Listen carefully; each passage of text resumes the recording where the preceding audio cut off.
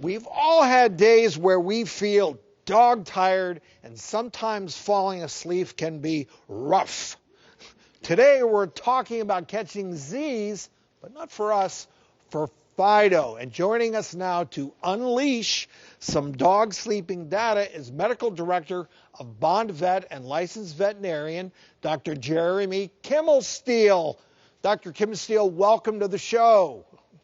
Thanks for having me. It's a pleasure. You know, Doc, it seems like dogs sleep all day. I mean, you look at the dog and he's taking a nap. So how much sleep should a dog be getting?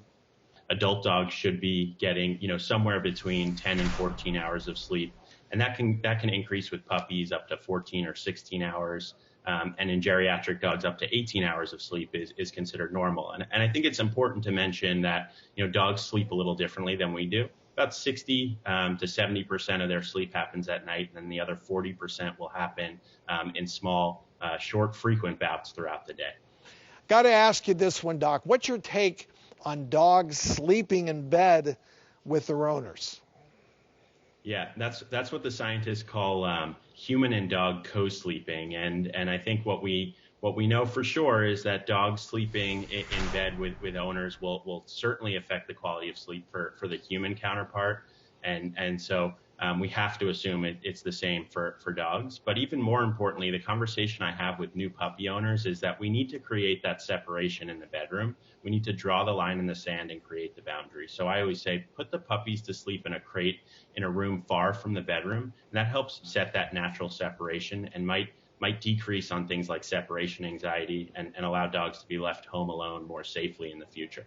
Let's talk about sleep disorders and what the owners need to know. We had a lovely English bulldog, Lulu, for almost 15 years, and as you can imagine, this is not the dog that you want sleeping in the bedroom with you with the amount of noise, snoring, drooling, crazy noises. So what is your take on this? Yeah, I'm glad you brought it up because, the biggest sleep disorder that we see in dogs is related to the dog breeds that have shorter noses. So that's going to be your English bulldogs, French bulldogs, Shih Tzus, and pugs. And they have what's called brachycephalic airway syndrome, which can lead to obstructive sleep apnea, just like in people. So these are dogs that are snoring when they're awake. So you can imagine what it's like when they're sleeping. And sleep apnea can lead to sleep deprivation, and sleep deprivation is, of course, like in people, associated with decreased learning and memory consolidation, decreased immune function, that can lead to changes in mood, aggression, and anxieties when they're awake. And certainly we see, other types of sleep deprivation associated with chronic illness in dogs. So dogs with diabetes or arthritis who are getting up a lot at night to drink water, or have to shift their position because of discomfort. And so sleep deprivation is one of those things that's constantly on my differential list. So dogs are just like human. That sleep is so important, and any disruption in that sleep can affect the dog in so many different ways. So what's your final tip? How can you set your dog up for sleep success? Yeah, so for this show, I'm going to coin the phrase, the 3 C's of canine sleep success, which is going to be consistency, crates, and comfort. And so for consistency, dogs are huge creatures of routine. Everything should be set with a routine throughout the day, the time they go to sleep, the time they wake up, when they're eating, when they're going for walks. And so maintaining that consistency will really increase their sort of success long term. Crates are so important because these are pack animals that live in dens. And so if we can create, that den, that area of safety in the home, then they have somewhere to retreat when the environment has all sorts of uncomfortable stimuli, thunderstorms, fireworks, construction, new people coming to the house.